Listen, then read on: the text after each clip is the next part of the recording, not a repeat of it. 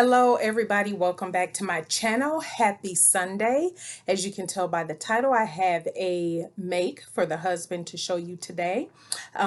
First off, welcome to all my new subscribers. Thank you so much for tuning in today, and thank you everyone who for the congratulations and everything on Instagram and on YouTube in regards to my video from Wednesday. As you all know, that I'm now part of the Minerva Crafts maker team, and so this past Wednesday I put up my first fabric review and pattern. So if you did not see that video, go ahead and click up here and check that video out.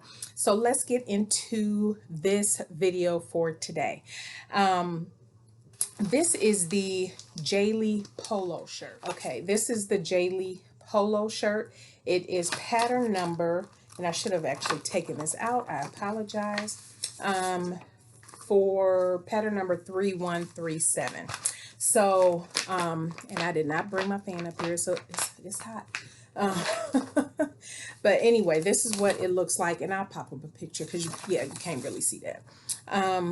So anyway, it is a very nice men's polo shirt, and let me just jump right into the review, and then I will show pictures as well. And I will say, just to take care of a couple housekeeping items, by the time you see my next two, three videos, we will be traveling, and so I'm trying to get a few videos up. Actually, stay tuned. This is the Style So Me Bree dress, and this is, you all know about the Go Girl fabric. So anyway, stay tuned for those videos are coming up. But what you're going to see is, for a couple of the videos will be footage.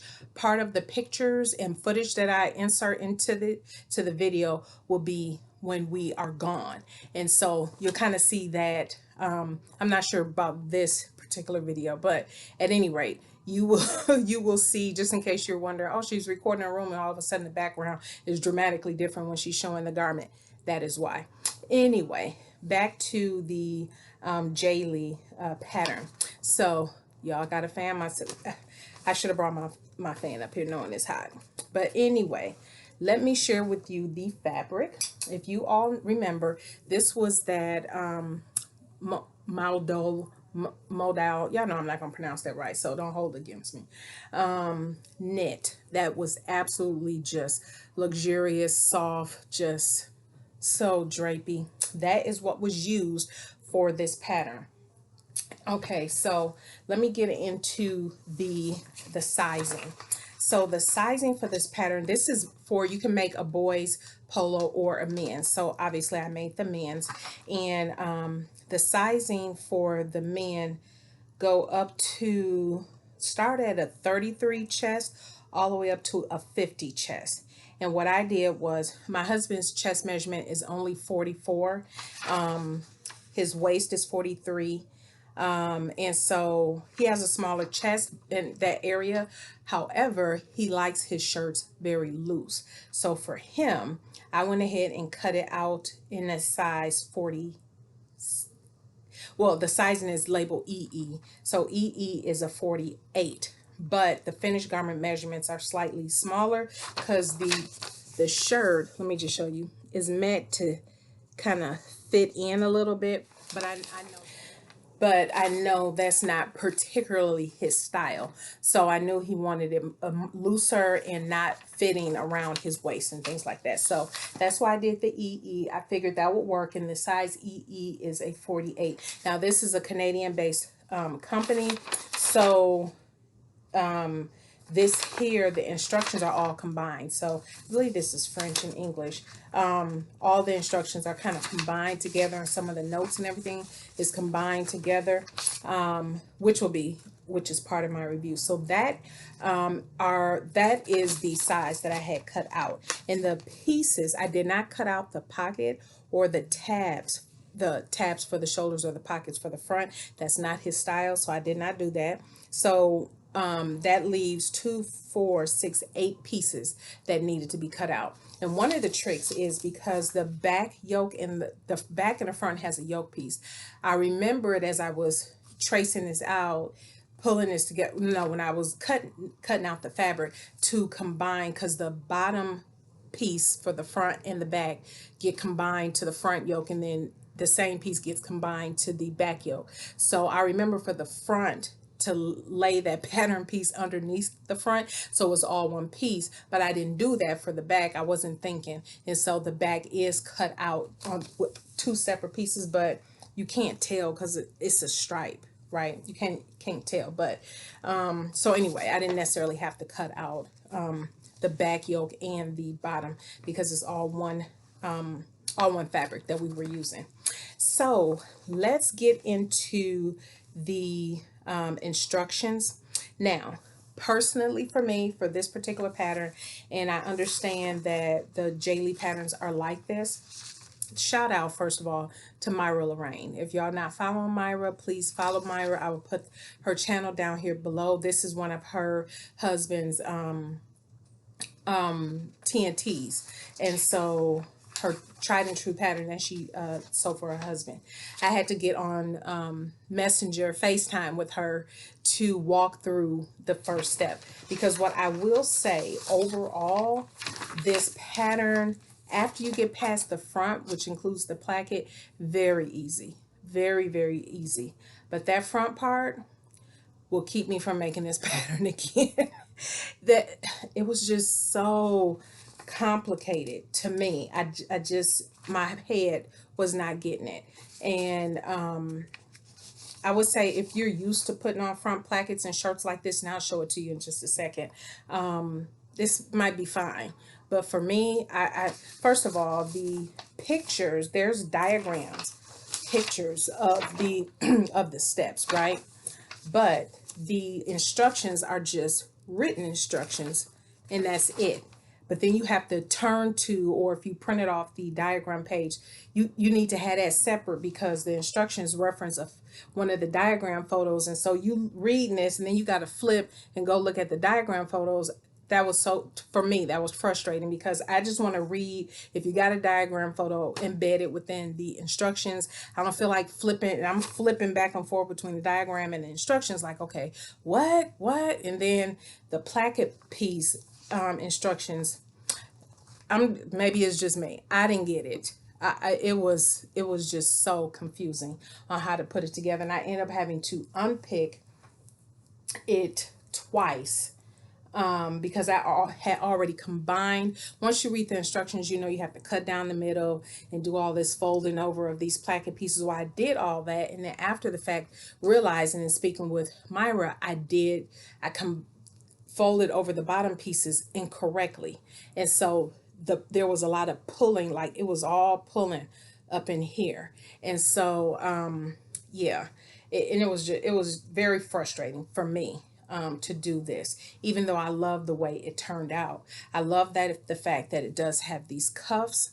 You do put the cuffs on the band, the arm band, and then it has a nice little feature where there's a slit on the side slit, and it just looks, it's a very nice shirt. And then one of the things I did, which was my error, was I had my husband try this on during the process of making this, and realized, okay, I think there was a little bit of a glare, but I realized after I had him trying it on, because he had to pull it over his head, and it was before I put the collar on, I did not stabilize the neckline. So by the time I put the collar on, the neckline was a little bit stretched out, and so I had to gather it just a little bit in the back. I tried to keep it in the back where it will look, and again, because of the color, maybe you can't tell that much. I can see it. So I did. That was my error. Y'all know one of the things I've been doing as of late with necklines, that they're calling for, either slip stitching or top stitching, because for me, I can never get my stitching. If I were to stitch this down, it would just look all kind of wonky back here. I have not perfected that yet. So what I have been doing, as I've been sharing, is I have been using heat bond when I need to turn down collar stands and stuff like this. The stand, I fold that piece under and I just use heat bond to seal that down, as opposed to trying to stitch in the ditch or slip stitch and all this other different stuff. And I like the way that looks. It's clean, and everything. But let me show you. Now, my husband wanted, when I had him try it on, and we looked at a couple of his other polo shirts, he only wanted 2 buttons on his shirt. But I was like, ooh, I could see how he's not going to use the buttons because he don't button up all the way. But I could see how maybe it would look awkward with just putting 2 buttons. So on his ready to wear, can you see this? See that? Hopefully you can see it's a stitch, it's a box, and then I stitch in the X. His other polo shirts have that box and stitched across in the X. So I did that here to take up some space. So then when I add the 2 buttons, because if I just added the 2 buttons, it may have left this bottom piece gapy, and I didn't want that. But still want to give him what he wanted. So I just went ahead on and did the box stitch down here, added the 2 buttons, and that was it. So he just have 2 buttons on his shirt, and he absolutely loves it. And the collar, like I said, because I stretched it out a little bit, I think if I'm looking at the picture, okay, if I'm looking at the picture, this piece, I don't know if you can tell because it's so dark, it's more of an overhang than it's supposed to be, and that's because of me and me messing up the collar a little bit. But as you can tell, I'll pop up pictures. As you see it on him, it fits him well. It looks very nice. The collar turned out fine. I used a knit interfacing for the collar. If I do another shirt like this, now granted, I've told you about how I feel about the instructions. Do not like the front instructions. Okay, like I was saying, for the only thing that really I did not like about the pattern was how to do this placket piece. It was just so confusing. And it had mainly to do with how you overlap these pieces, because there's a triangle that meets that you're supposed to sew across, and it was just so confusing how to do it. But again, shout out to Myra, because she FaceTimed with me and I showed her what happened, and she helped me figure out how to make this thing work. So that is it. A very simple make aside from the placket. However, having said that, I don't think I would buy another Jalie pattern, only because the diagram, if all of the patterns are like this, where the diagrams are separate page and then the instructions are this page and the instructions reference the diagram on the separate page that either you have to print out separately and have sitting over to the side. I don't feel like doing all that back and forth. But I can see me making this again if I can wrap my mind around doing for ease. I believe I get it now that Myra has explained it to me, because she's made several of these for her husband. So I probably will make this again, but unless you're probably a little bit, at least this part, because the rest of this is just very easy, hands down. But unless you're comfortable with these type of instructions, how these are written up, and you know how to do something like this with the placket, I wouldn't recommend this to a beginner at all. But yeah, that's pretty much my review on this. Shirt turned out lovely, fabric lovely, he looked good in it, and he absolutely loved it. So that is it. That's all I have for today. Thank you so much for tuning in. Make sure you tune in to the next video. I will be talking about the brie dress, and again, the next couple videos. So make sure you have subscribed. If you have not subscribed, hit that bell and make sure that you tune in on Wednesday for the next video. Thanks, everybody. You all have a fantastic rest of your week. Bye.